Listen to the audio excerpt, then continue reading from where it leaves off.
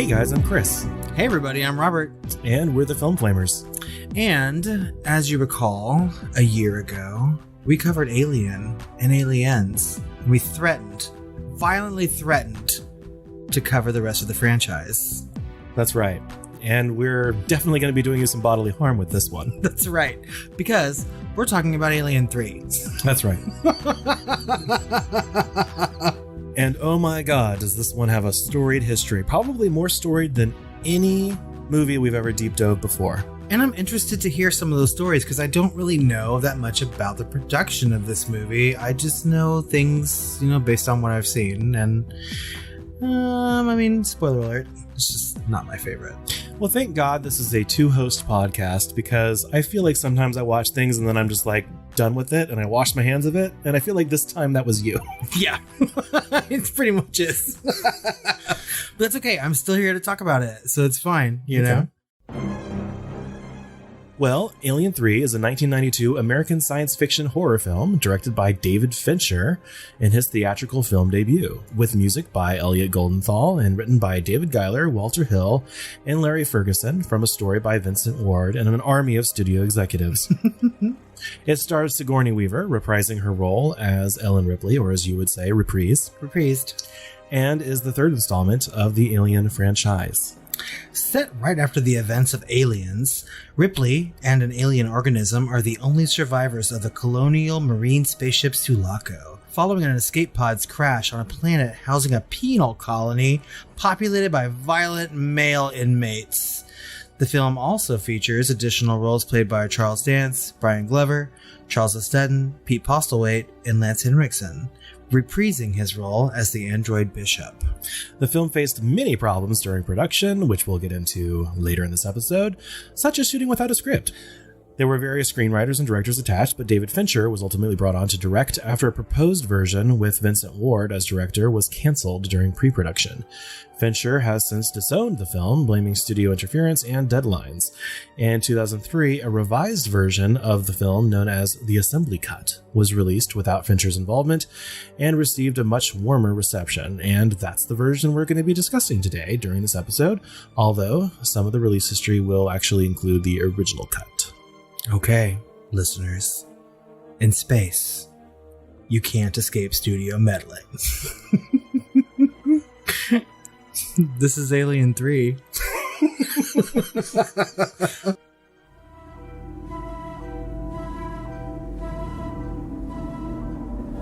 Here, in a world where the sun burns cold and the wind blows colder, a visitor has come,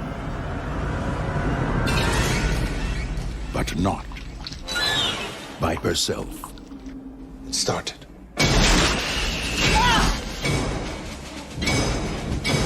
on! The suspense is back.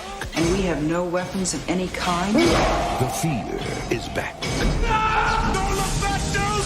Run as fast as you can! And most of all, the bitch is back.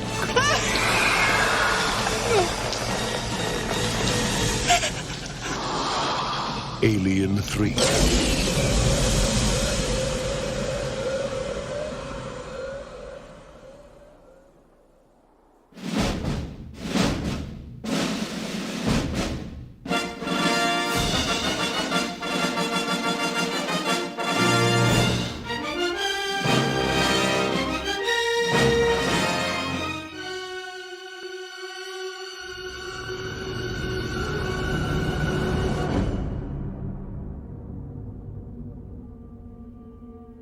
Aboard the colonial marine spaceship Sulaco, a hidden alien egg hatches, releasing a facehugger.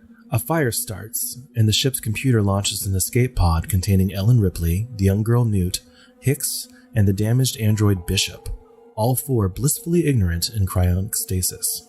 The pod crash lands on Fury 161, a foundry and maximum security correctional facility inhabited by male inmates. The inmates spot the wreckage and recover the crashed pod and its passengers. Ripley, played by Sigourney fucking Weaver, is awakened by Clemens, played by Charles Dance. the prison doctor, who informs her that she's the sole survivor. Ripley insists that Clemens perform an autopsy on Newt, and that her and Hicks' bodies be subsequently cremated, secretly fearing that Newt may be carrying an alien embryo. Despite protests from the warden, played by Brian Glover, and his assistant Aaron, the autopsy is conducted and no embryos found. The funeral proceeds in the foundry, attended by the prisoners and presided over by the warden, with Dylan, played by Charles S. Dutton, the prisoners' de facto spiritual leader, delivering a speech for the deceased as their bodies are dropped into the furnace. Elsewhere, a quadrupedal alien bursts from one of the oxen they used to drag Ripley's crashed pod back to the facility. Later, Ripley finds the damaged Bishop in the facility's garbage dump. Just as she's leaving the area, she's cornered by 4 inmates and almost raped. After being saved by Dylan, Ripley returns to the infirmary and reactivates Bishop, played by Lance Henriksen, who, before being asked to permanently shut down, confirms through scanning ship records that at least one facehugger was on board and came with them to Fury 161 in the escape pod. Growing to full size, the alien kills inmates Murphy, Boggs, and Rains, and returns outcast prisoner Golick, Paul McGann, to his previously psychopathic state. Golick dubs the creature the Dragon. Ripley informs the warden of her previous encounter with xenomorphs and suggests everyone work together to hunt it down and kill it. The highly skeptical warden doesn't believe her story and explains that even if she were telling the truth, the facility's without weapons. Their only hope is the rescue ship being sent for Ripley by the Weyland-Yutani Corporation, or the Company. Later, the alien ambushes Ripley and Clemens in the prison's infirmary, killing him, and almost slays Ripley, but then mysteriously spares her and retreats. Ripley then rushes to the cafeteria to warn the others. The warden insists she is delusional and orders Aaron to take her back to the infirmary, but the warden himself is dragged into the vents and killed by the monster before anyone can react. Ripley assumes command, rallying the inmates, and proposes they pour flammable toxic waste into the ventilation system and ignite it to flush out the alien. However, the alien attacks, causing a premature explosion, and several inmates are killed. Despite the failure, the creature follows an inmate into the toxic waste disposal area, which is completely enclosed, with only one entrance. They quickly close the door, trapping it inside. Bothered that the alien didn't kill her when it had the chance, Ripley scans herself using the escape pod's medical equipment and discovers the embryo of an alien queen growing inside her. She also discovers through communications to the facility that Weyland-Yutani, the Company, hopes to turn the aliens into biological weapons. Golick, still insane and obsessed with the Dragon, convinces another inmate to release him. He immediately knocks out the other inmate and, after seemingly praying to the alien, releases it back into the facility before being violently killed by it himself. Devastated by this turn of events, Ripley goes after the alien herself, and it again refuses to kill her. Deducing that the alien will not harm her because of the embryo she carries, Ripley begs Dylan to kill her himself. He agrees to do the deed, but only if she helps the inmates kill the alien first. They form a plan to lure the alien into the Foundry's molding facility, trap it via a series of closing doors, and drown it in molten lead. The bait-and-chase plan results in the deaths of nearly all the remaining prisoners. Dylan sacrifices himself to position the alien towards the mold as another inmate pours the molten lead onto them. Even though the alien is covered in molten metal, it survives and escapes the mold. But when Ripley activates the fire sprinklers, it causes its now molten metal exoskeleton to cool rapidly and shatter, blowing it apart and killing it. The Weyland-Yutani team finally arrives, including scientists, heavily armed commandos, and a man who looks identical to Bishop, who explains that he's not an android, but Bishop's creator. He tries to persuade Ripley to undergo surgery to remove the alien queen embryo, which he claims will be destroyed. Highly skeptical, Ripley refuses and steps back onto the mobile platform, positioning it over the furnace. Ignoring Bishop's desperate pleas to give them the embryo, Ripley throws herself into the furnace, killing herself, before the infant queen is able to burst from her chest.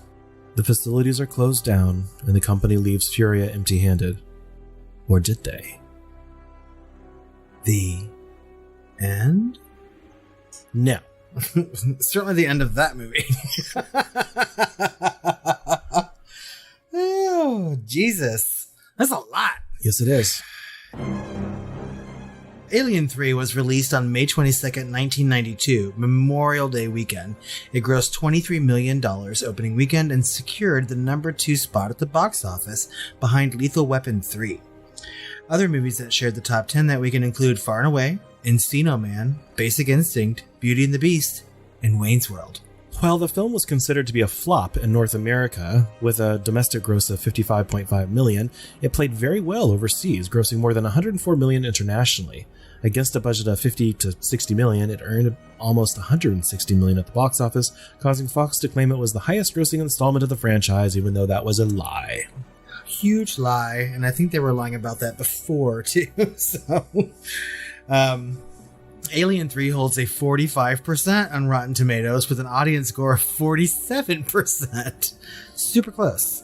The site's consensus reads, Alien 3 takes admirable risks with franchise mythology, but far too few pay off in a thinly scripted sequel whose stylish visuals aren't enough to enliven a lack of genuine thrills.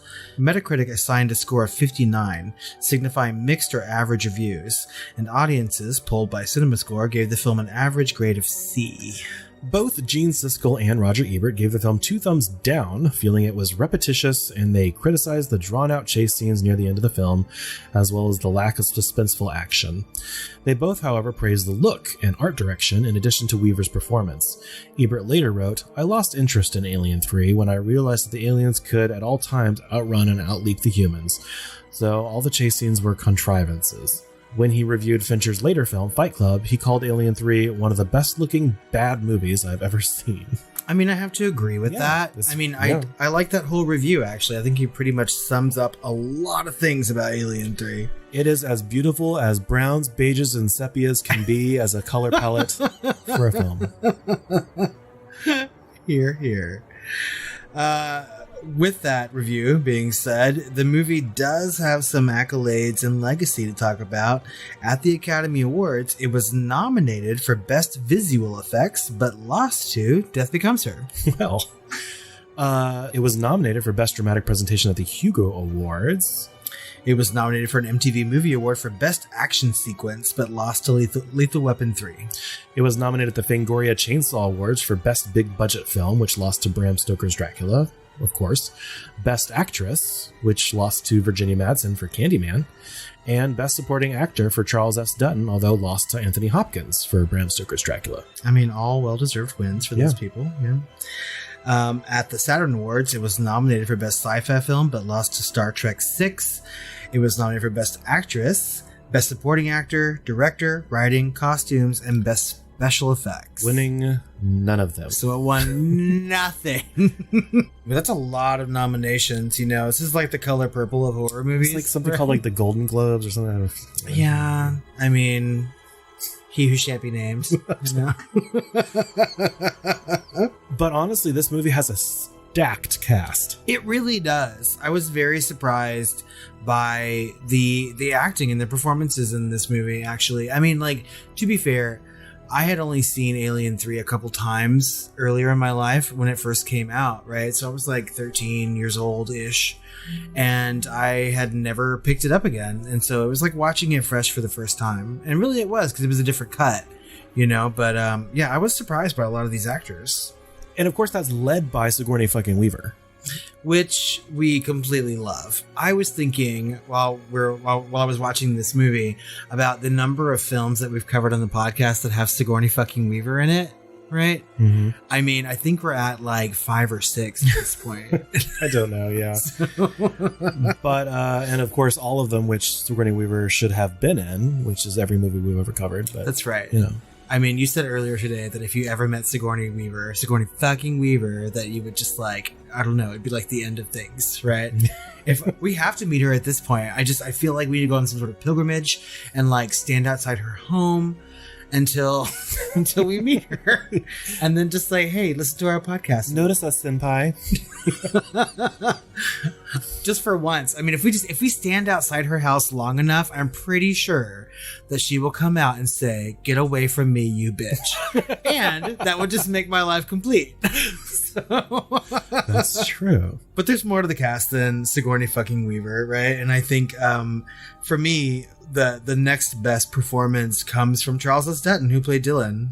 Oh, definitely. He's been in so many horror films and genre films. He's prolific. And he's a director of his own right and a writer. Yeah, I mean, he was on Rock for a long time too, so he knows like comedy beats. I think he's a very gifted actor. But this guy has several really interesting and powerful monologues in this film. Like the he does like the prayer while Newt and Hicks are being thrown into the furnace for their cremation.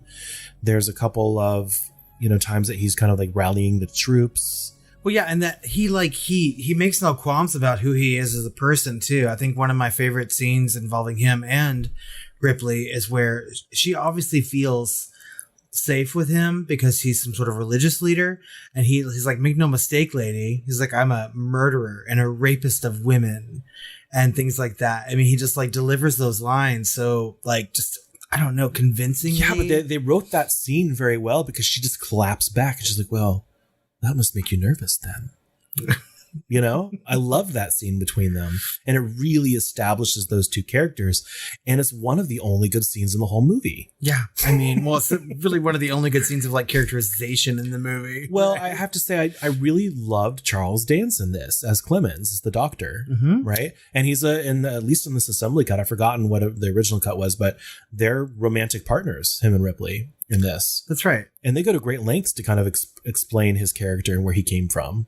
Yeah, and why he remains on the planet and things like that. And like he also has a past, but he chose to stay there because he feels, a camaraderie or a duty to the men on this planet, right? But yeah, I mean, like they very quickly become romantically involved, and I don't quite buy that, you know what I mean? But I'm sure we can get into that later on. But I mean, as far as like characterization goes, I think that he's good. I just think that they start a lot of things and they don't follow through with it with him. And I also think that he dies like really super quickly. Yeah, and we can get into more of that later. But the rest of the cast is kind of fleshed out by a lot of like character actors. Yeah. And people, like Warden Andrews by Brian Glover, Aaron by Ralph Brown, Golic by Paul McGann, who went on to do Doctor Who.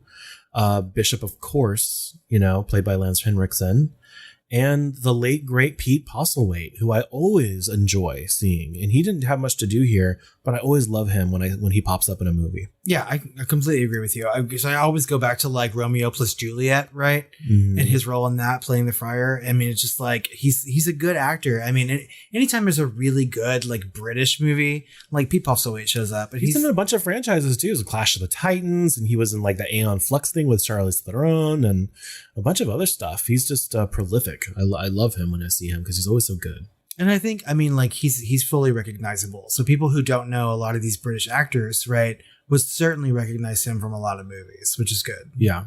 So the alien, or quote unquote the dragon in this movie, was played by Tom Woodruff Jr., who actually went on the same year to win an Oscar for Death Becomes Her, right? Because he was the FX coordinator, he decided to just play the alien himself, so that he could, because he knew how everything would move and what needed to be done in the camera and everything. And he went on to do Death Becomes Her and won an Oscar for that competed against this movie.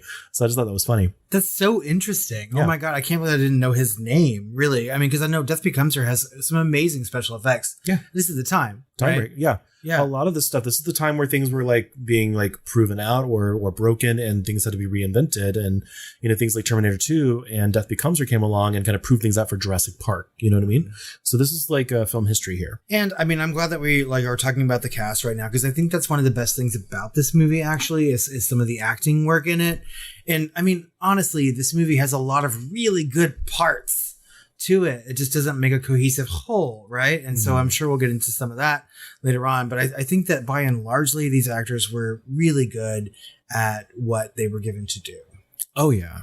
Right. There's a lot of good ingredients in this movie, but like we're going to get at, there's things that complicate that situation. Wah, wah.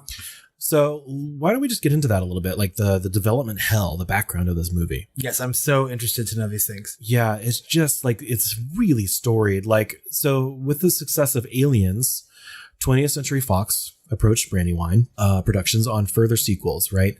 And so they had a lot riding on this. I think they had kind of a string of failures. And so they were basically like, this is our franchise and we need to like make it work. You know what I mean? And so Brandywine was actually less than enthused with like an Alien 3 project. with producer David Giler later explaining he and his partner Walter Hill and Gordon Carroll wanted to take new directions that, wouldn't be a repeat of 1 and 2. But I think Brandywine wanted a sure bet. So there was already, diversions and like the production company and the major studio of what they wanted to do here. And that kind of set the stage for everything that would follow, right? So a large 2-part story was constructed between the two studios, basically saying, making Hicks, played by, of course, Michael Biehn, the main hero for the first part, with Ripley returning for the second part for an epic final confrontation between the heroes, the expatriated humans from Earth, and the company, having gotten an out-of-hand situation with the aliens. And so it was just kind of going to continue that main company versus Ripley, company versus, everyman theme, right? And it was going to continue that in a big epic 2-parter. And I would have loved to see that, especially since it continued the characters of Newt and Michael Biehn. And that does sound a lot more interesting to me than what we were given. I mean, because you're right. And I know that we talked about in the other 2 episodes about, Alien and Aliens, that Brandywine was sort of given the raw deal by Fox, and maybe not have gotten some of the money that they should have had. And obviously I would understand their trepidation. And also I would want them to like do something that really pays homage to the other 2 movies, right? Because at this point, there's been a big chunk of years between Aliens and Alien 3. And like we've learned with sequels and reboots, recently, like Dr. Sleep notably, the longer time goes on, the less interest people might have, right? Mm-hmm. So they need to do something that really sort of like makes a big statement and ties things together. And I think that's a much better idea than what we're given in this movie. Yeah, well, they all of a sudden, they didn't have anything to prove with the first Alien. And then with Aliens, this guy came out of nowhere, James Cameron, with a whole script that he wrote himself and was fully invested, and they couldn't control him, but they got Aliens, right, at the end of it. So they kind of wanted to they're like, hey, we got Ridley Scott for the first one. He's now a huge name. We got James Cameron. He's now a huge name. Like, what can we do? Like, who can we find? And so that's kind of where that led. But first, they really wanted to go back and get Ridley Scott to return to direct. Because he's not a writer. He's not really a storyteller so much as he's like a really good technical director. Yes. As we've seen time and time again. His own takes on the franchise have done less than perfect, obviously, with Covenant and Prometheus.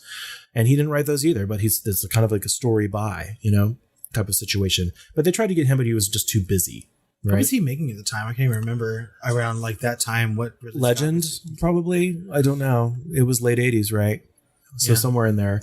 But the studio cycled then like through several different writers before they could find a director from 1987 onwards. And of course, Aliens came out in 86. So this is just really literally like right after Aliens came out. They decided, hey, we've got to do something with this. This is huge. It made a shit ton of money. It's now a franchise. It's So they started with William Gibson, who was a cyberpunk author who wrote a script that was kind of mockingly summed up as "Space commies hijack alien eggs. Big problem in Mall World."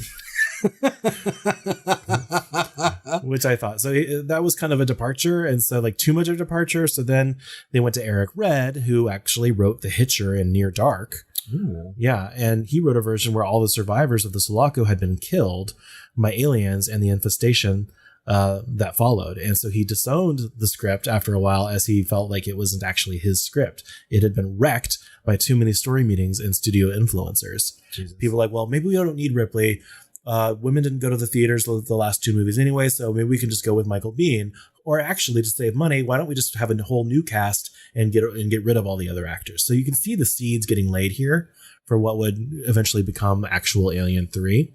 So after Eric Red left, David Tooley started, and he actually wrote and directed, I believe, several of these, like Warlock, Terminal Velocity, Waterworld, the whole Riddick universe. He directed some of those. He was writers on the earlier ones.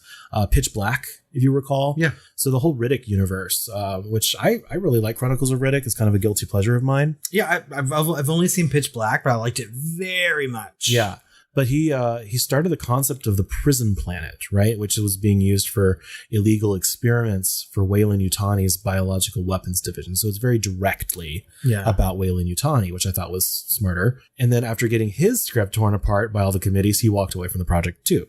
That's also a much better version of the movie that we're given. I mean, like, they throw around Weyland Yutani so much in this movie, right? But it doesn't seem to come to fruition very much until the very end of the movie. It's almost like an afterthought, right? So I kind of like the idea, like we talked about earlier, of having the company like very much involved in it. It seems like the appropriate way to go. Much more direct, right? This almost like Alien 3, the way it ended up almost feels like it's a prequel to the company's involvement of something, you know? Yes. So I don't know. But Vincent Ward was brought in to write and direct it.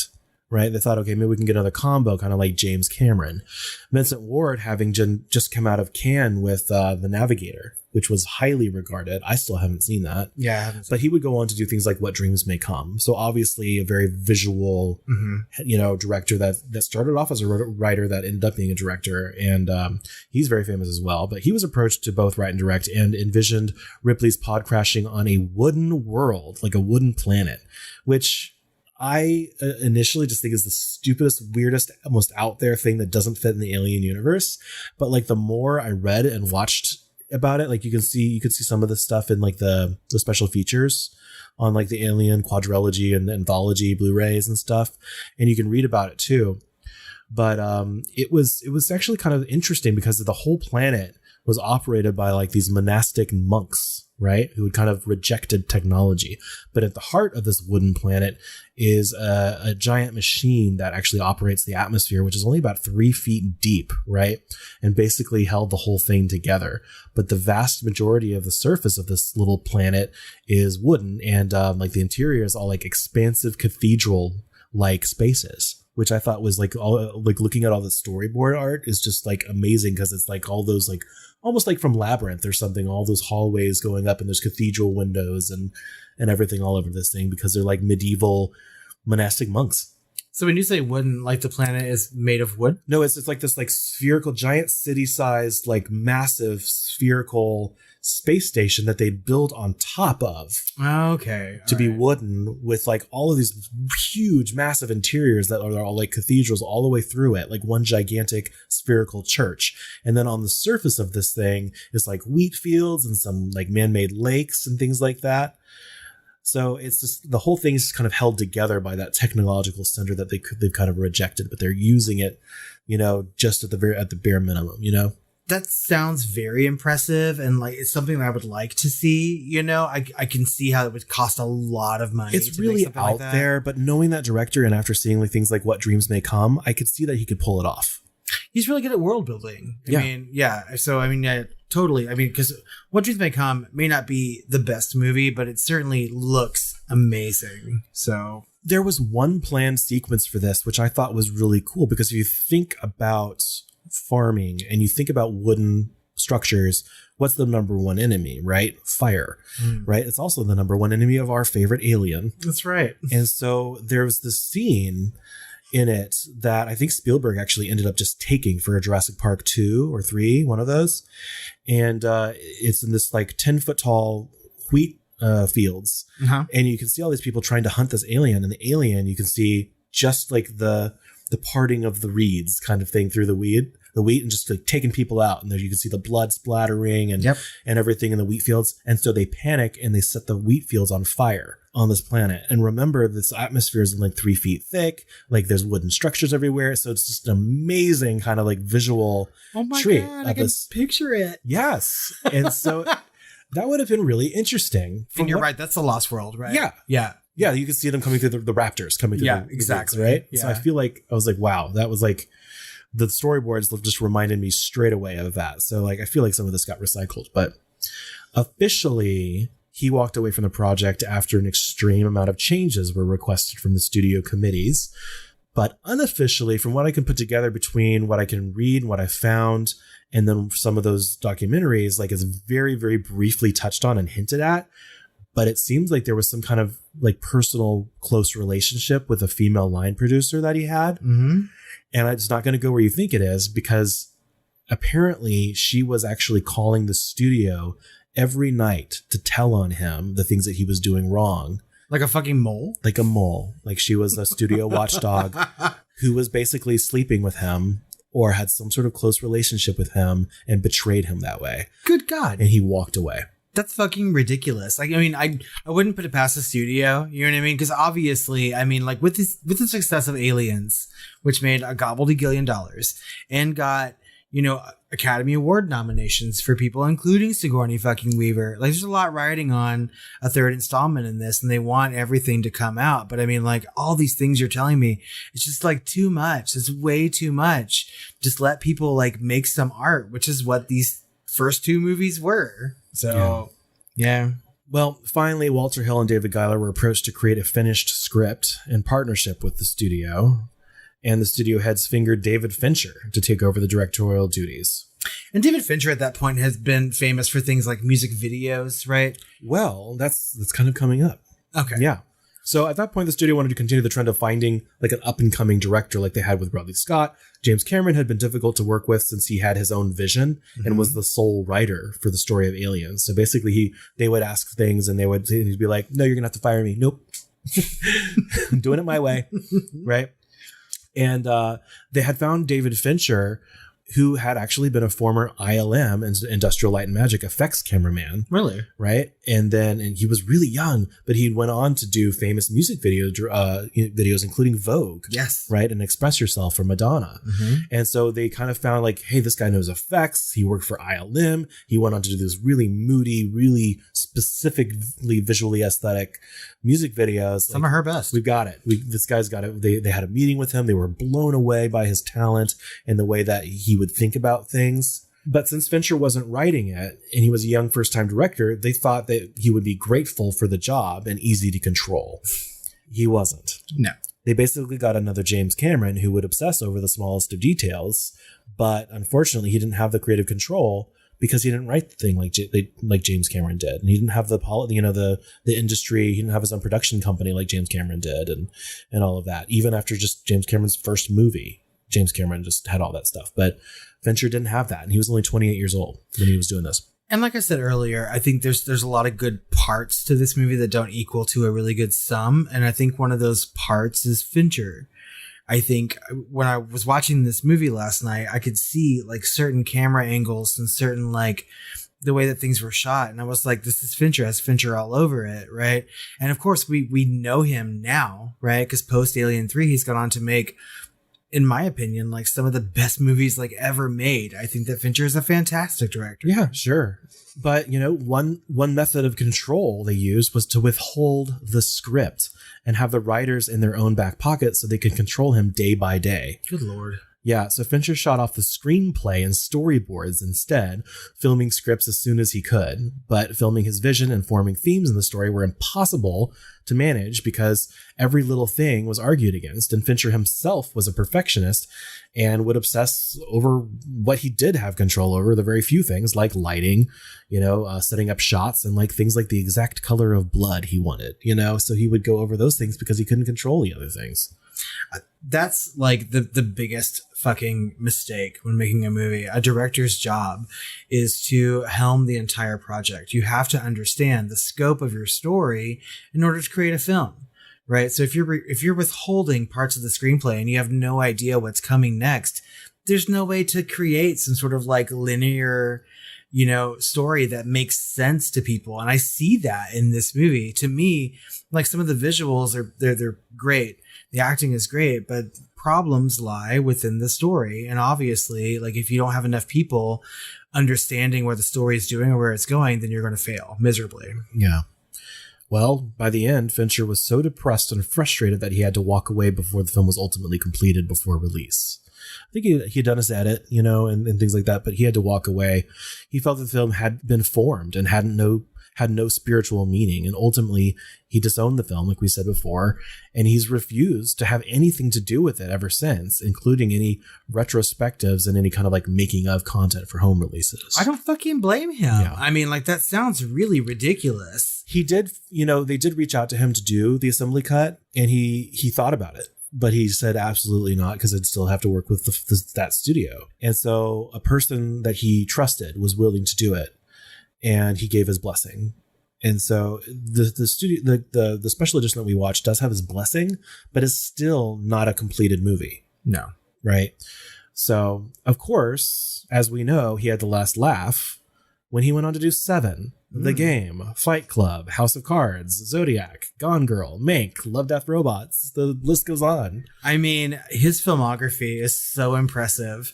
And I love when I can see a director and just like pinpoint it, right? If I'm watching a movie, I can say, this is Fincher, right? Yeah. Just like I can say it's De Palma, or I can say it's Spielberg. He has his thumbprint on like everything that he does. And I think that's incredibly fascinating for someone to be able to make the types of movies that he does across multiple genre, and I could still say it's a Fincher movie. I thought Mank was fantastic last year. I was glad that it was nominated for all the awards that it did in himself. And I mean, just so opposite of things that he's done before.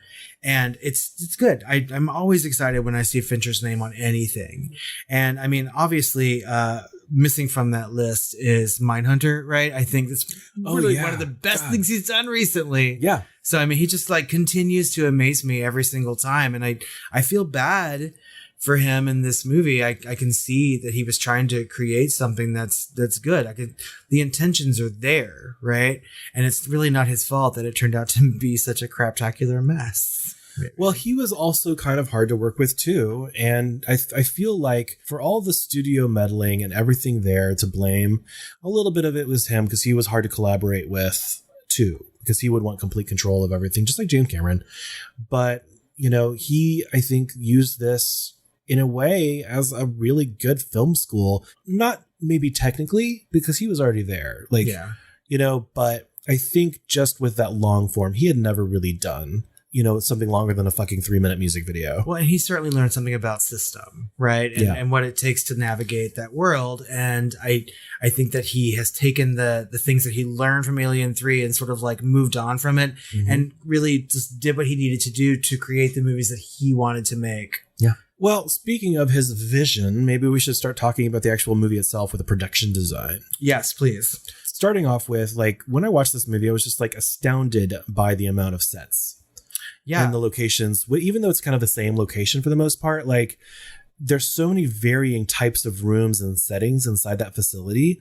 And I was like, yeah, they must have like filmed on location somewhere, some like dilapidated, you know, factory, warehouse, something. But no, every fucking millimeter of what you see on the film is set. Even the exterior shots, is that set too? I'm sure the coast, you know, which wasn't in the original movie, by the way, not the theatrical cut. That was cut, was, you know, on location type of situation, I'm sure, for that little bit. But that's like literally 15 seconds of the movie. Seconds of the movie. Everything else was completely constructed. Everything. It's so massive too. I mean, like it really feels huge. Yeah. And I mean, at the same time, very, very like constricted. There are some scenes where like they're having their like religious prayer moment and they're sort of telling the inmates that a woman is on the planet and all the prisoners are sitting around this very small looking like prison, right? But still like the exteriors after that are just like so massive, right? Yeah.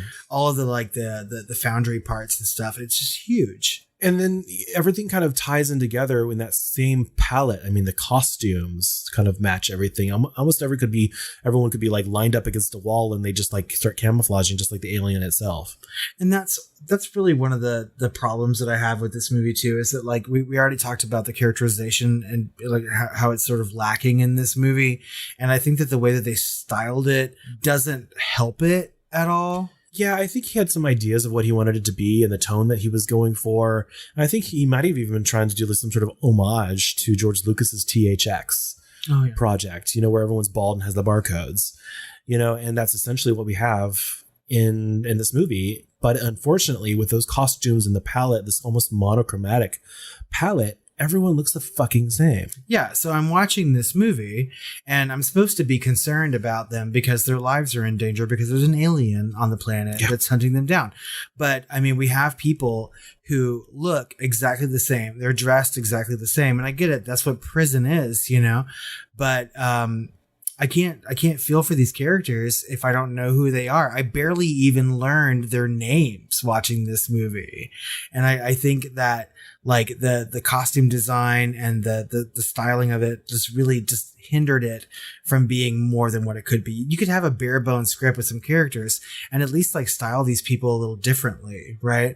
I think it's sad to say that like the reason that we like or pinpoint like Charles S. Dutton in this movie is because he's the one African American amongst a sea of white people. Yeah, and what's his name in the movie? Dylan? Yeah. Yeah. But the only reason I know any of these names outside of Bishop and Ripley is because I had to write down like the synopsis and like the cast names and stuff. Like I don't know anyone's names. Like we don't get any of those like introductory really scenes that like James Cameron was so good at, or even Ridley Scott was so good at. Yes. You know, I do have to say like James Cameron is really famous for all his technical like majesty and blah, blah, blah. But when he sits down and tells a story, he starts with the emotional arc. He starts with what needs to happen emotionally in this film and builds around it. Everything else is dressing, right? But like, I feel like Fincher, at least in the beginning of his career here, and certainly in music videos and all that, was very aesthetically based and stylized, right? And so we get less of that in Seven because, of course, he's not a writer, he's a director. Exactly. But, you know, anyway, I have to digress, but yeah, I know. And I don't want to harp on it too much. It's just like I've said before on the podcast. I mean, if you don't feel an emotional connection with your character, like your story is going to fail. And if I'm only interested in, you know, like 3 characters out of a cast of 20 or whatever, and I'm supposed to care if they die or live,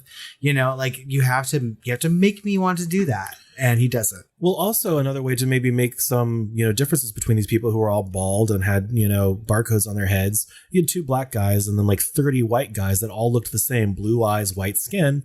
Maybe get some like other races in there, like, you know, maybe some Asians. There was one Asian at the end who worked for the company, you know, maybe some, you know, Latinos, maybe like, come on, like give us something else because I could not tell these white guys apart. No, and they were all like with British accents, all of them. I'm like, okay, like I have no idea which bald British guy I'm supposed to be paying attention to right now. It's just like, it's almost infuriating watching it because I was just like, I mean, like I was sighing, you know, and I was ready to take breaks. And I was just like, okay, I'm just not invested in these characters' lives. And at the same time, we're given performances like Charles S. Dutton and Sigourney fucking Weaver in this movie. And I'm like, those are fantastic, you know? Mm-hmm. But I mean, if they don't have the supporting cast there to help them round that out, like your movie is just not going to work. What did you think of the overall like palette? Did you get tired with it? Did you want like a respite? I mean, every once in a while they'd be in like a mess hall where there'd be like a little bit more grays and blues or something. And you know, but for the most part, this is browns, sepias. 90% of this movie is like factory, warehouse, you know, foundry type of stuff. And I felt like Freddy Krueger was going to jump out and tell me it's prime time at any point in this fucking movie. Yeah. No, I mean, you're right. I think that the reprieves that we get from the palette are really like when it's under fluorescent lighting, when it's in the mess hall and things like that. And I think they do that because this movie seems like a whole bunch of scenes and they're like, okay, so we're going to really call attention to this scene. So we're going to have it as a different kind of lighting. It's going to be fluorescent. It's going to be the mess hall. And then the rest of the movie, or at least like 30 minutes later, is like in this other palette and very dark. And then when they want to call attention to something else, it's just like they've picked out the scenes that they want to really be good. And they're like, well, the rest of it is just filler. You know, does that make sense? Yeah. No, I agree. Well, speaking of filler, maybe we should talk about some of the special effects. My God, quadrupedal. Now, I do have to say, I just shout out the late, great Stan Winston, who always does amazing work. Yes. Right? And starting with that goddamn bishop head, I couldn't take my eyes off. It was so gross. And yet it wasn't, they had the actor they could have done, but they completely just did that with animatronics. It was so neat. That fucked up eye. Oh my God. Right? With like milk coming out of it and stuff. Yeah, because like totally forgot that even existed in this movie. And I was just like, first of all, I was so happy to see another character that I already knew. Yeah. Right. The decapitated head of an older character was like a breath of fresh air in this movie. That should tell you something. I mean, that's so fucked up to say, but I mean, like, God, I was so happy to see like just the top part of Bishop and welcome respite from the wet Grinch salad that is this movie. Fuck. And I mean, and even that was like one of the best parts of the movie. Yeah. I mean, because like I like that character from Aliens a lot, but I liked him so much in this movie because he's like begging for death. You know what I mean? Well, so was everyone else in the goddamn movie and the audience, really. I mean, like. I mean, we're all Bishop really watching this movie. You're like, can we be disconnected? They're like, well, we have one more question. No. Just disconnect me. But it's so neat. I really liked that part. Well, everything that's done in camera in this film is done very well. Yeah. Technically, and it looks good. But like the new alien, which they call the dragon, right? Or this one character does and tends to worship, is supposed to be like a different kind of alien, right? Do you understand why? I assume that when it's inside a host's body, it takes some of its DNA, right? Xenomorph, right? Yeah. So if it comes out of like a fucking shellfish, it's going to look different. Like a fucking clam. You should see some of the storyboards. They were like having like this horse, like a pet, like one of those, like, what are the horse guys called? Like the centaur? Centaur, like a centaur alien and weird shit. So what they did was they basically just elongated it and made it give it like quadrupedal, right? So it's like, it was already fucking, in the last movie, they were on all fours sometimes. Yeah, like, they were crawling all over the place. They didn't need to. So like in the original movie, it was a dog, right? And then the actual assembly cut, it's an oxen. Either way, it's quadrupedal. So like I said, everything that they do in camera from Stan Winston and the suit and everything like that is good. But it seemed like they were originally going to do the advanced stop motion, like the go motion or mo motion, depending on what you read, that Jurassic Park was going to do. So we've talked about that before, yeah. Before they do the abandoned, it's a direct callback to last summer's conversation about Jurassic Park's like groundbreaking CGI that still holds up today. You know, they were going to use that sort of thing, but they abandoned it. For some CGI, which of course the stuff for Jurassic Park hadn't been invented yet, and they didn't have access to that. But the advanced, they ended up using advanced rod puppet on a blue screen, right? And because of the palette and like the fast moving things and the changing light, it just looks so bad today. Yeah, with that thing running, the rod puppet, it's filmed, it's photographed.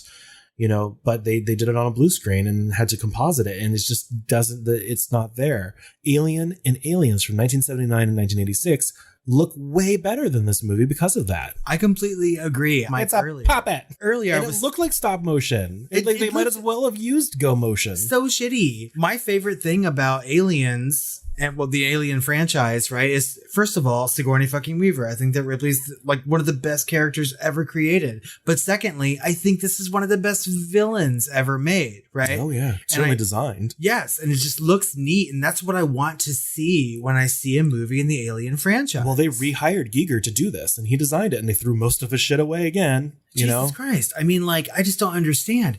Every time I saw the alien in this movie, it was for like a second, and it just didn't look very good, and it looked different than I was expecting, but they didn't bother to explain why in the movie. Not really. Yeah, they show, they don't really tell. Yeah, you know? I mean, and I'm okay with visual storytelling. In fact, that scene where it's sort of being birthed from the ox, right, is really fucking neat, right? I mean, like, when it pops out and is already starting to like shed some skin, and we immediately cut to like Ripley shaving her head, right? I mean, like, it's a really good sequence. But after that, every time I saw the alien, I was just really not impressed. No. And I think that's what this movie's missing too. I like I was telling you earlier, in Alien, we barely get to see the monster, and that's what makes that movie successful. And in Aliens, we see them in abundance. And in this one, it's just like, okay, you know? Yeah, unfortunately. Speaking of things that don't quite fit, let's talk about Elliot Goldenthal's score for this movie. I'm so glad that we're going to, because I noticed the score, and I like Elliot Goldenthal very much. And I like things that have some sort of like choral background to it, and there were some parts that I liked. Yeah, let's refresh some of our listeners' drink here. Elliot Goldenthal famously did Interview with a Vampire. Yes. And a lot of cues are very similar here. Oh, they certainly are. He also did things like Frida, which are amazing, and a bunch of other scores that are wonderful. You know, I will always absolutely love his score for Interview with a Vampire. He has a very rich tapestry of sound in his scores, but it's too theatrical for this. It's big, epic, gothic, but like it's just too Muppety for this movie. Like, you expect Lestat to just like walk out, you know, at any time. It sounds like a vampire score. It just does. Like, and there's like a couple of scenes, like when the sprinklers go off, it's like a and I was like, that was a choice, okay, but this might not be his fault. Like, there's there's monastic chanting. He didn't have a script either, you know? Okay. He didn't have much to work. He was working off dailies and like the idea of a story from like 4 different writers. He was just writing music for a wooden world. There's monastic chanting all over the soundtrack in quiet moments, kind of reminiscent of Interview with the Vampire 2, but is strangely close to that monastic wooden planet setting. So I'm kind of wondering, like, even to this day, Elliot Goldenthal is quoted as saying that to this day, this is an unfinished movie from his perspective. I wonder how many people say that when they think about it, you know, who worked on this movie. I mean, I wonder how many people look back and they're like, can we just try again? You know? I like the score, though. I thought it was good. It didn't fit. No, it's good. It's good to listen to by itself, too. Yeah, I would imagine. No, it's very good. That's something that the Alien movies all have in common is really good music. Certainly the first 2 with Jerry Goldsmith and James Horner's work, you know? So I don't know. I'm just a huge... Who did the music for the 4th one? Did we even know yet? That one and Covenant and Prometheus, I'm not as familiar with their work. Yeah. Yeah, but it just all falls off a cliff after this too. So really before this, really right before this movie is falls. Not that I have a too low of a rating on this, you know, but it's certainly a cliff from the 5-star ratings of the first 2. Yeah, I mean, and we'll get into that toward the end of the episode, but yeah, I was surprised at my rating. So talking about the film itself.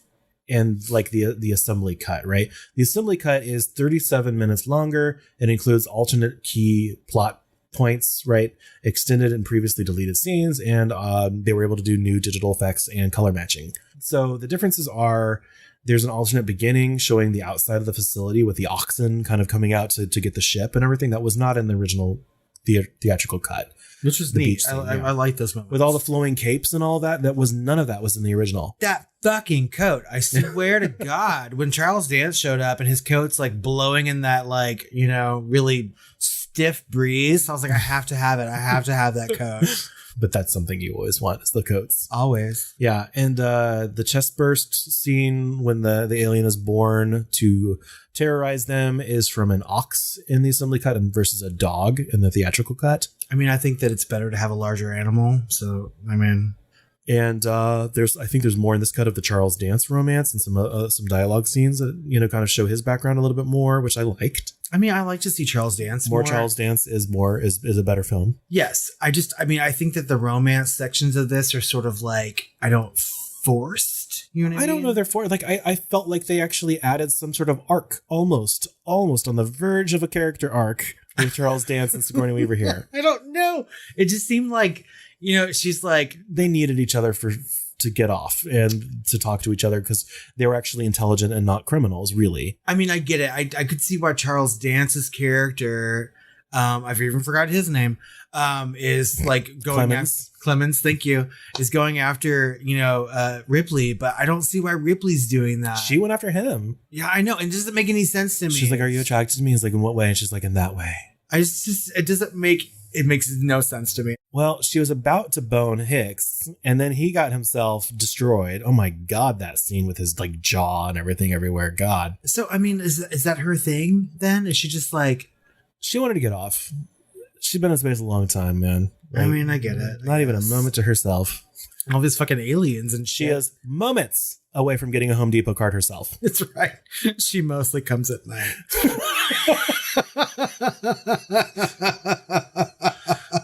All right. And so there's also a subplot about Golik worshiping the dragon and then trapping the alien and him releasing it again. That whole thing was not in theater, the theatrical cut, I believe. I kind of like that, though. I think it adds... It was a weird thing. I mean, it adds, like you said, almost a character arc. You know what I mean? So at least we have like some sort of fully fleshed character, like doing something from beginning to end. Yeah, and there's a lot of different moments here and there, but like there's also a big ending difference with Ripley's chest burster versus the more Christ-like death in the assembly cut where it doesn't come out of her yet. Yeah, she kills herself before it's happening, which makes it a little more poignant, maybe.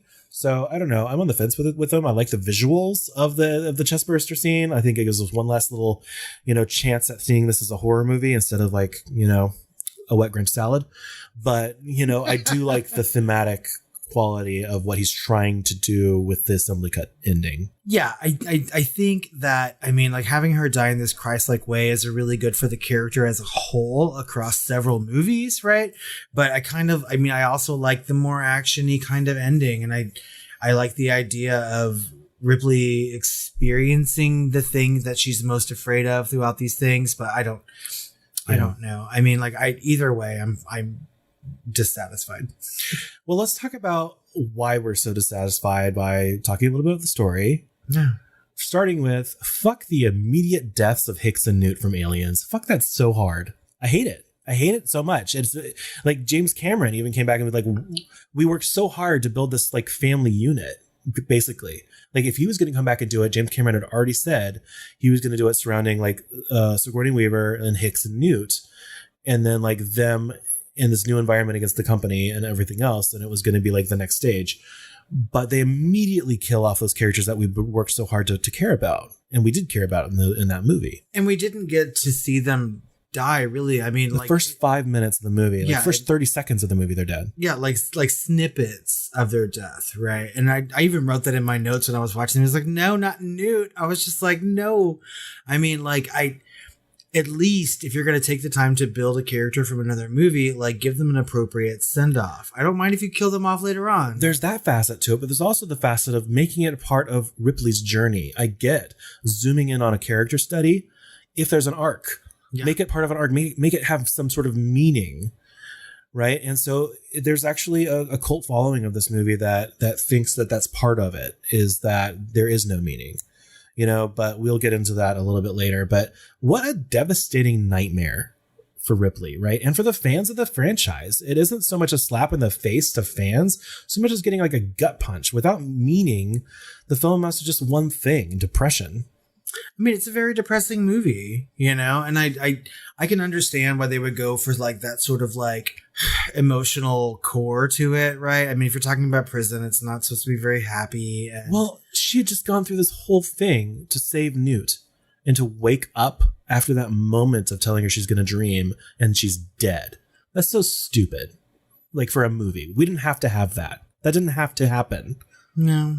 Although I would rather her be dead before she wakes up. I don't want to see Ripley watch Newt die. Oh, God, I don't know. It's such a fucking mess.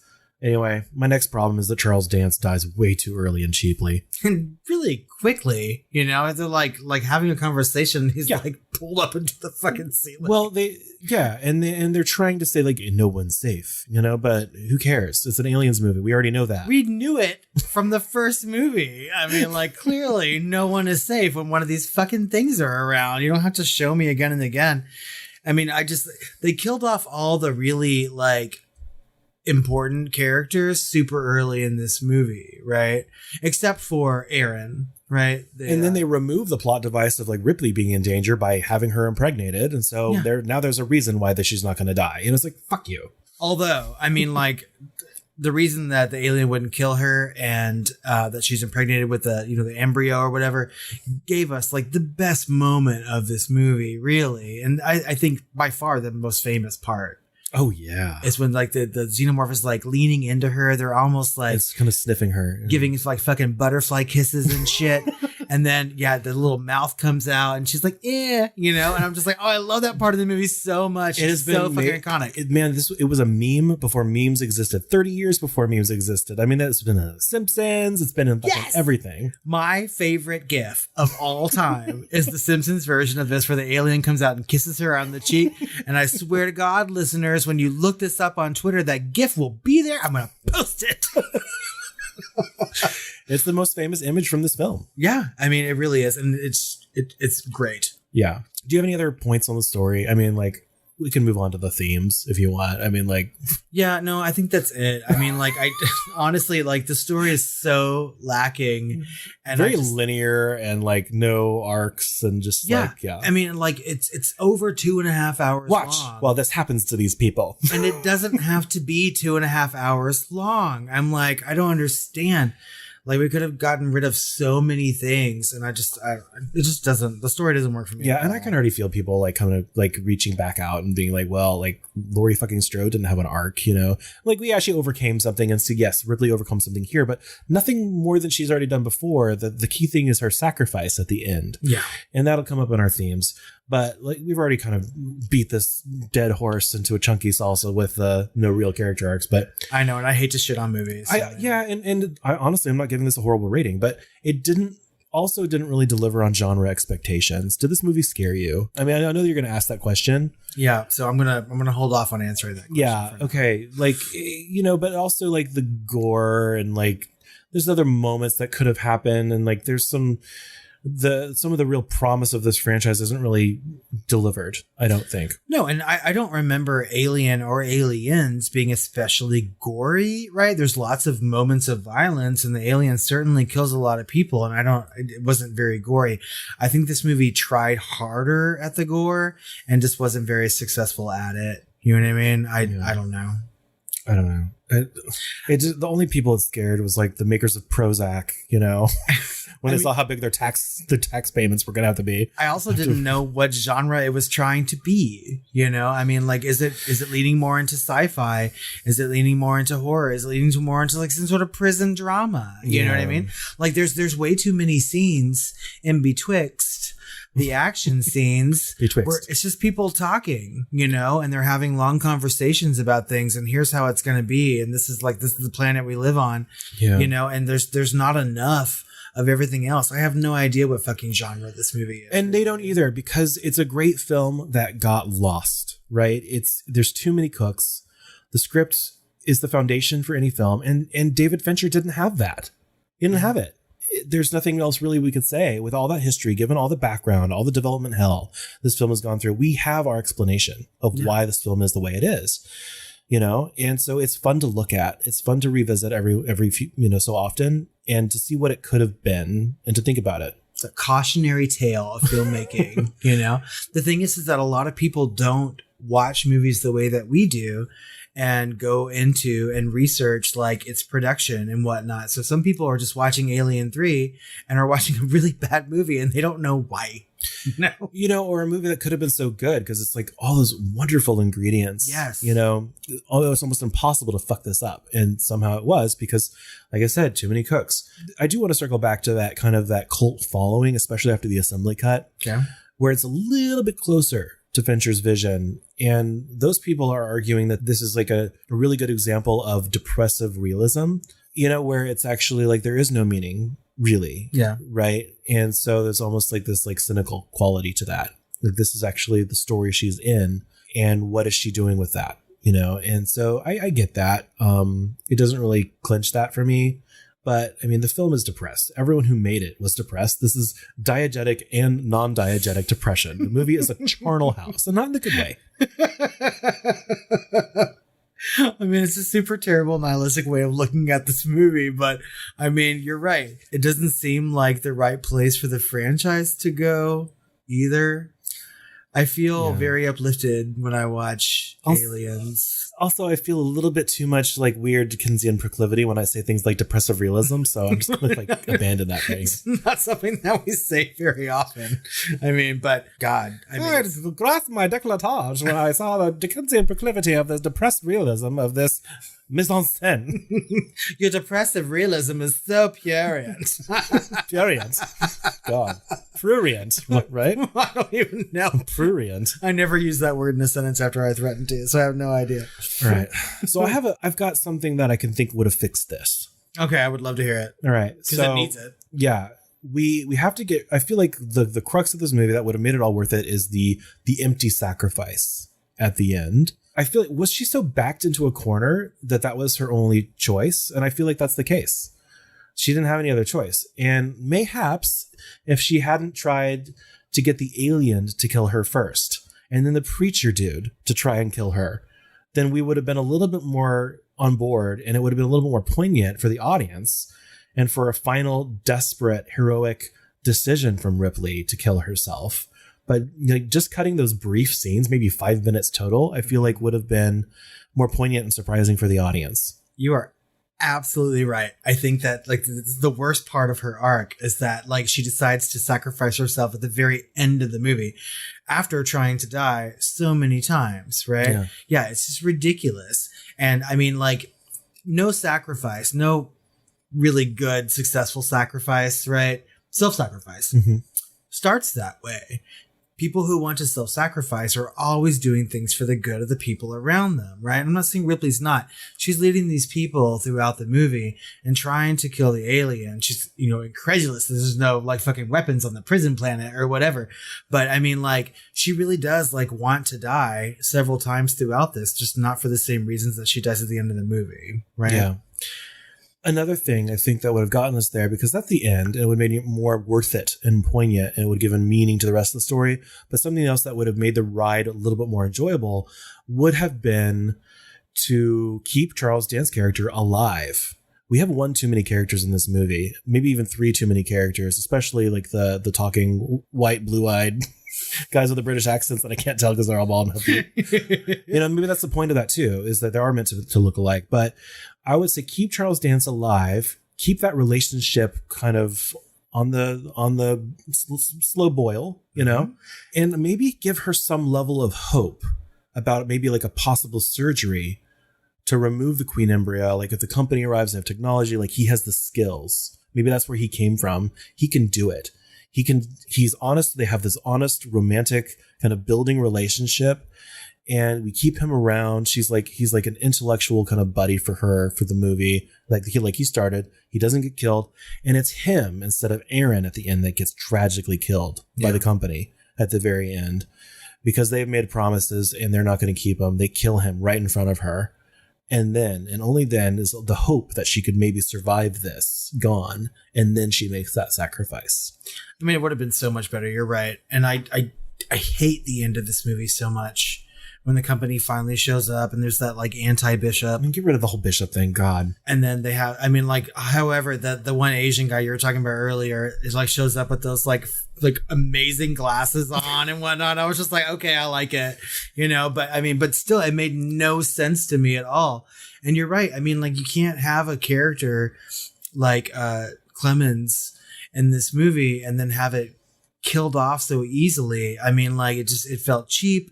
And that relationship was kind of a light in the dark. Yeah. And if they'd kept that all the way through, then it would have made the ending even more poignant. I mean, I didn't really understand why they were doing it, but I liked that they had it, you know? And so, I mean, I was really just like reaching to find a character that I could like and hold on to, but no one seemed to last that long.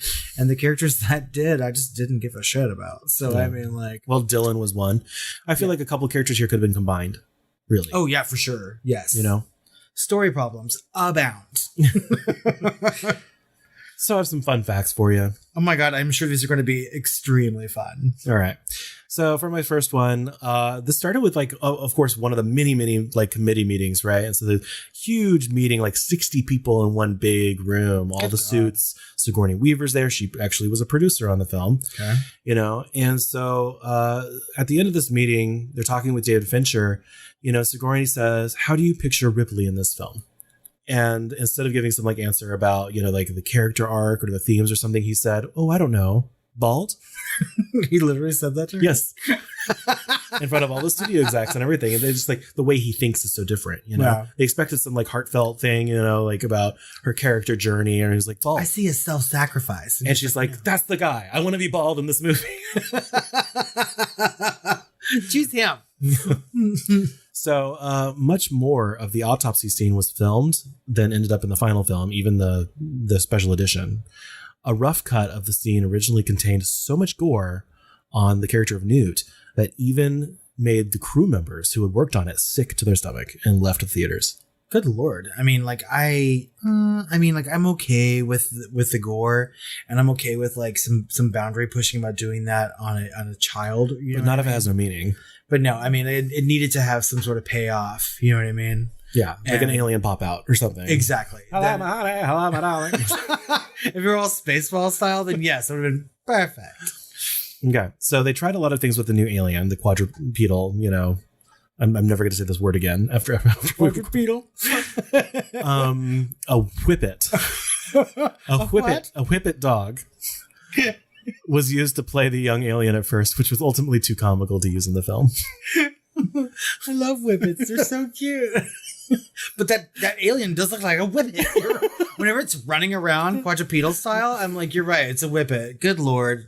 God, we're getting so good about saying that word. Quadrupedal. Prurient. Okay. At one point, David Fincher was denied permission by the film's producer to shoot a crucial scene in the prison understructure between Ripley and the alien, where she's going and saying, "You've been a part of my life for so long, blah, blah, blah." Yeah. And she hits that thing. Against orders, Fincher grabbed Sigourney Weaver, a camera, and shot the scene anyway. And the scene appears in the final cut. And I mean, like, it's kind of eye-rolling. It is, because it's like, okay, from her perspective, it was like a few days on the ship, and then she sleeps for 50 years. Yeah. And then she's actually doing a job for like 6 months or a year, or 3 months or a year, or something like that in Aliens. And then she deals with it for like another week. Yeah. I mean, so it's she's been asleep for a long time. A week and a half of her life has been dealing with these aliens, if you think about it. So, I mean, like actual time, but I mean, like in the years that she's been asleep and whatnot, I get it. But I was just like, my God, whenever she said that, I was just like, no, it hasn't been that long. Get a hold of yourself. Sigourney fucking Weaver. You dizzy bitch. Okay, so at least $7 million had been spent on sets that were never used thanks to the ever-changing scripts before filming had ever started. What a fucking waste of money. Movies cost so much money to make. I cannot believe. Yeah. Actually, I can believe. You know what? Fuck you, Fox. Yeah, they would shut things down and the people would continue to work and make sets based on the storyboards they had, and then everything would change. And I guess at this point it's fuck you, Disney, but whatever. I mean, like, they didn't do it. Can you imagine being an art department and $7 million worth of your sets were never used? Jesus but hell, look at that movie. I mean, there's so much, like, to say that I made this set or something, or I had something to do with that. I mean, the sets were amazing, but yeah. I would like to see what they spent that money on. Yeah, well, here you go. Because they actually did they reshot that ending, right? Okay. For like the sprinkler scene, and then like her clutching her décolletage as the alien bursts from her. They reshot to add that. Really? Yeah, because the original was what we saw in the assembly cut was her falling Christ-like into the molten lead or whatever the hell it is, the furnace. A backward swan. Yes. And in Sigourney Weaver's contract, she had said if she has to shave her head again, they must pay her $40,000. Ooh. Right? If she has to go back and do it. So what they did was, like, instead of paying her that just to shave her head quickly, they paid nearly half that, $16,000, to make a custom-made bald cap with tiny little hairs all through a custom hand-punched hairs, hours and hours and hours to affix that to her head just in such a way that she could act with it and it wouldn't just, like, peel off. Oh my God. And he said to this day, it's the hardest piece of makeup, special effects makeup he has ever done. Really? Because her hair had grown out by about an inch. Right, yeah. You know? And so they had to just like paste down her hair and put on the bald cap, and it had to look exactly like it was before. And you can't tell. Yeah, I mean, I'm just now thinking about it. I can't see the difference. Yeah. So at least they saved a little bit of money. But so one thing that kind of screwed them, right, was that Terminator 2 hadn't come out yet, but they had heard about him sacrificing himself in molten metal. Oh, I forgot. Came out like literally like 6 months later or something like that. So similar.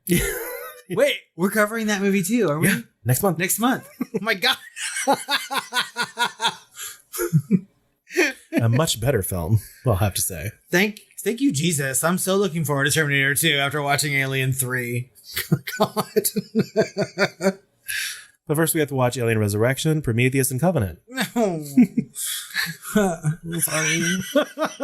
Before we loop back around to James Cameron's double feature. That's right. We'll look forward to that. So the film's production process was so chaotic and its reception by fans and critics so unfavorable that it nearly ended David Fincher's career before it ever had a chance to gain momentum as a film director. But two things ended up saving Fincher from permanent movie jail.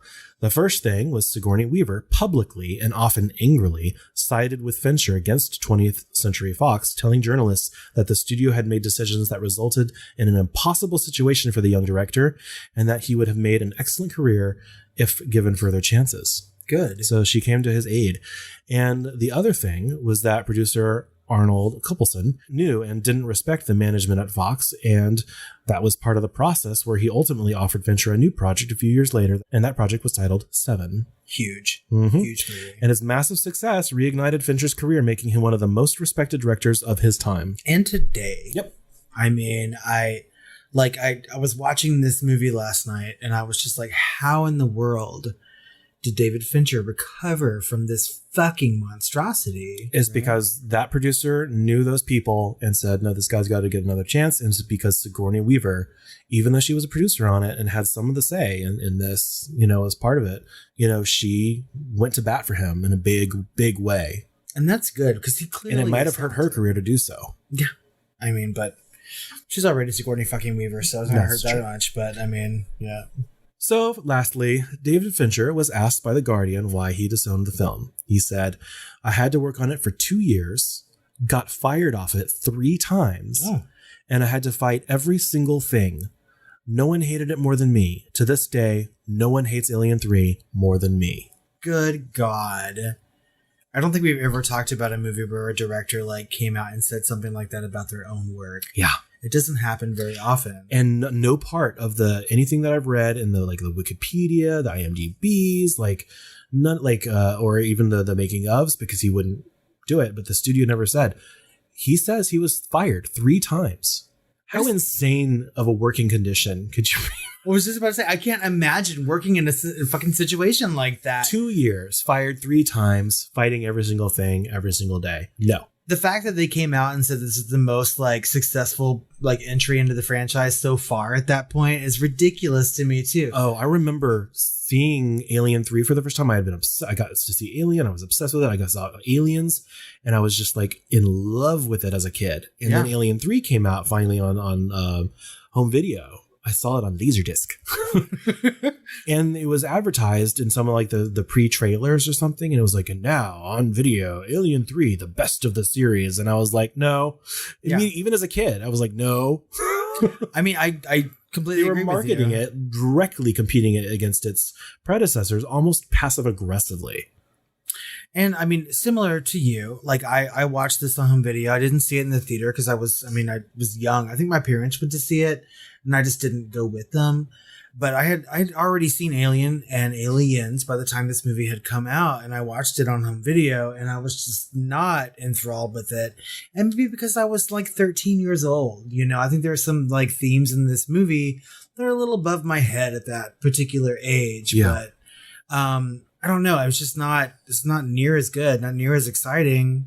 And I mean, I can't say it was super above me, because around that same time I was watching movies like Howard's End and shit like that, So I just don't know. It's not a well-made movie. And you know what? We're going to have to go and deal with the opposite problem with the next movie that just ties itself to a theme and an arc so hardcore that it's almost painful. I've almost forgotten everything about Resurrection. I've only seen it one time, but I remember liking it when I did watch it. So we're going to see. But before we get to Resurrection, we have got to ask some questions about Alien 3. And we're going to start with, is Alien 3 a horror movie? Yes. Yeah. I mean, there's a quadrupedal alien running around like a whippet. Whip it good. Okay. When an alien comes around, you must whip it. I don't know. I can't even. I can't with that question. Were you scared while watching Alien? No. 3? No, not even the fucking slightest. Thank you. Finally answering my question. Jesus Christ. I was not even on the edge of my seat. You know what I mean? Sometimes I was just waiting for people to die because I wanted the movie to be over with. And every time I paused this movie to take a cigarette break or something, I was just like, oh my God, there's another hour. Oh my God, there's another 45 minutes. And I was just like, it will never end. And I just was not frightened. No. So, nope. No. Out of 5 stars, Chris, what would you give Alien 3? I gave it a 3. It's so many 1s, but so many 5s, aesthetically and stuff. It's got so many great ingredients, like I said. So just mishmash together to a 3. And I think I'm being too kind there, even. Really, in a real world, I gave Alien 3 a 2-star, but watching the assembly cut is I get a glimpse of what they were really trying to do, and I have to just settle on a low 3. Like, just, that's what I had to do. On Letterboxd, I checked the little thing that said I'd seen it before, you know what I mean? But I feel like I hadn't, you know what I mean? It's been so long. And you'd never seen the assembly cut. No, I'd never seen the assembly cut, right? And so, like, I couldn't remember the original cut, and so I'm really viewing this as sort of a first-time watch, and my gut instinct was to give it, like, 2 stars. And because I just did not enjoy myself. I didn't enjoy the movie. But then, like, looking at it, there's so many successful parts to it that didn't end up as a successful whole. And so I'm like, 3 stars is a really good middle of the road kind of thing. And I think that a lot of it is very good, but a lot of it is really fucking bad. And honestly, it's still a huge cliff from the first 2, which we both gave, I believe, 5 stars. And I think that's also it too, is that I have so many fond memories, and I have a lot, even not memories, I enjoy watching Alien and Aliens today, you know? And so, like, I didn't enjoy watching this, and I can't foresee myself watching it anytime in the future. So, 3 stars is probably the best that I could do for this. Yeah. But finally, and I'm going to say most importantly out of all these questions, who's the hottest guy in Alien 3?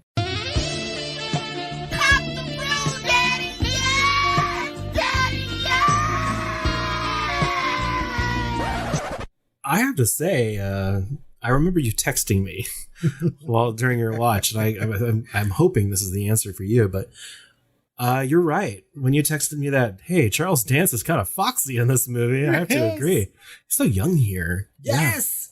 Yeah. I mean, like, whenever he showed up in that blowing coat, and I was like, oh, look at you, Charles Dance. I was just like, come on. He's so good looking in this movie. And I wasn't expecting that. I didn't remember that. But he's very good looking. I mean, in a movie that has like a mostly male, well, almost an entirely male cast. Originally it was supposed to be Gary Oldman. But they couldn't get him. And then it was between Charles Dance and Richard E. Grant. Oh. Also from Bram Stoker Dracula fame. I think they made the right choice. Yeah, me too. I think he's one of the best parts of this movie. I think, especially standing next to Charles S. Dutton and some of those other people that were so eloquent. Yes, like you've got a warden who's speaking almost Shakespearean stuff. You've got Charles S. Dutton who's just doing these amazing monologues that are so empowering and such resonant voices. And then Richard E. Grant is great. Is just an amazing actor, but he doesn't have the presence or resonance compared to those other as part of this ensemble that would make Charles Dance the right fit.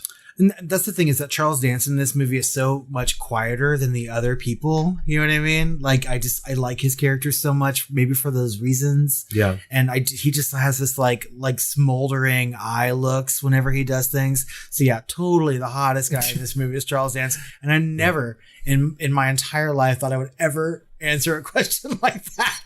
So a lot of these guys are actually cute. Right? If they had, like, it's not that they're bald, it's just that they're all dirty and they've got like the makeup and the bad teeth in and stuff like that. There's some of these actors, like the guy that went on to do Doctor Who, he played like the guy that was worshiping the dragon. He is actually an attractive guy, and he should have been the answer here, but they made them purposefully ugly.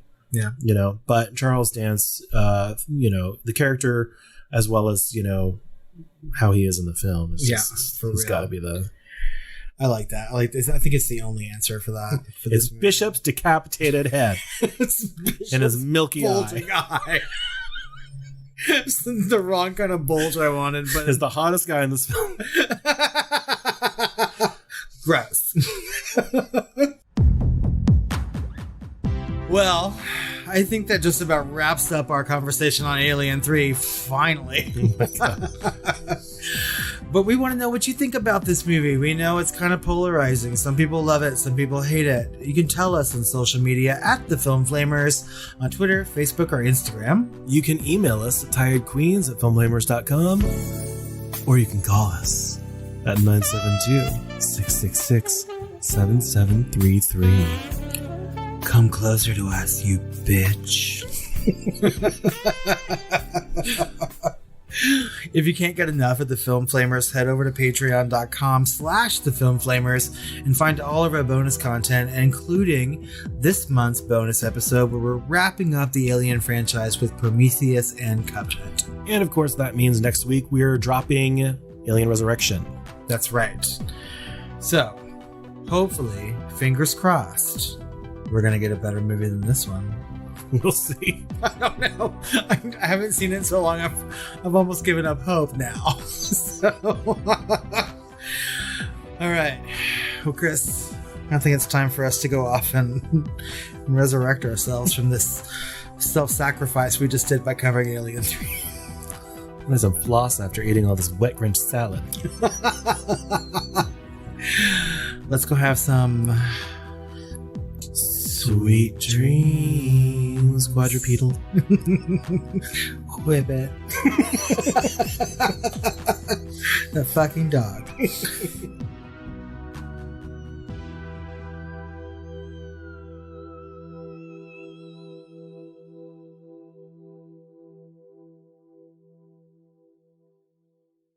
This is Rumor Control. Here are the facts. A ship crashed and was damaged to the map. There was one survivor. Female. Don't get any ideas. We all go to hell. We must perform an autopsy. Check the girl for chest bursty. Was there an alien on board? It was with us all the way. Couldn't be ignored. Can you please explain what's going on? Men are dying while you sing your song. I'm not fooled by sudden attraction. It's obvious you need a distraction. There's a dragon beast knocking about, killing our mates, taking us down.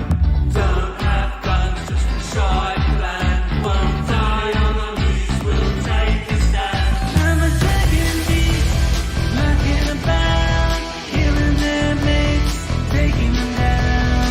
Don't have guns, just a giant plan. They'll die on their knees, won't stand a chance.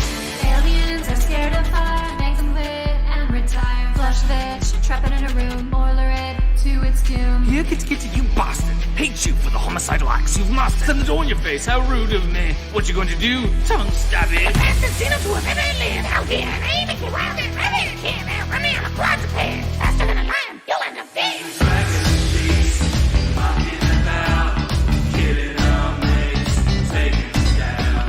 Don't have guns, just a short plan. Won't die on my knees, will take us down. I'm a dragon beast, knocking about, killing their mates, taking them down. Don't have guns, just a giant plan. They'll die on their knees, won't stand a chance. 1, 2, 3, 4. Aliens coming, I stop the pressure. 4, 3, 2, 1. You'll kill us all by the time it's filmed done. Wanker, you scared me shitless. Serve the death that I'm forced to witness. But pour the lead, it can't be slow. It's a piece of water, make it explode. Use the sprinklers. There's a dragon beast knocking about, killing our mates, taking us down. Don't have guns, just a short plan. Won't die on the knees, will take us down. I'm a dragon beast, knocking about, killing their mates, taking them down. Don't have guns, just a giant plan. They'll die on their knees, won't stand a chance. Dragon beast, knocking about, killing our mates, taking us down. Don't have guns, just a short plan. Won't die on our knees, will take us down.